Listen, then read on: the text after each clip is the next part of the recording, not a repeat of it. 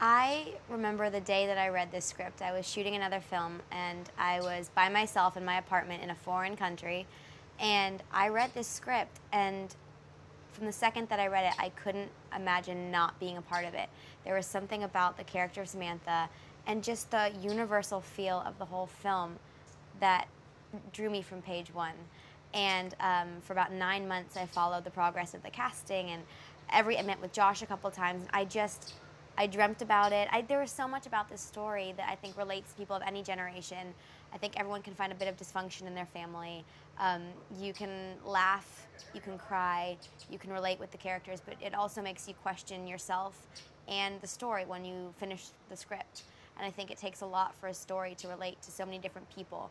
And when one does that, it's very rare that it comes along with a director that is so open and willing to work with individual actors on the characters as well. And every time I talk about it, I feel so much a part of this story, and I feel like so much of Samantha is in me and vice versa.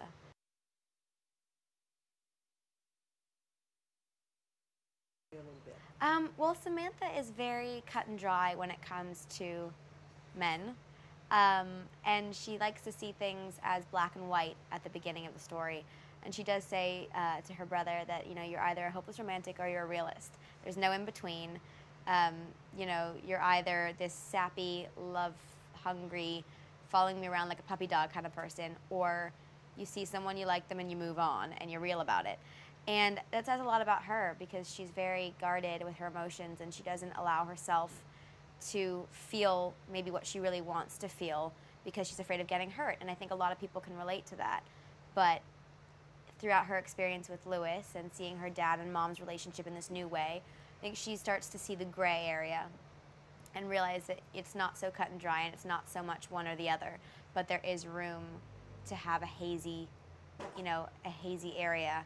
And that surprises her, it angers her, it confuses her. But that's kind of what you go through when you're growing up. You go through these new processes and kind of discover it on your own.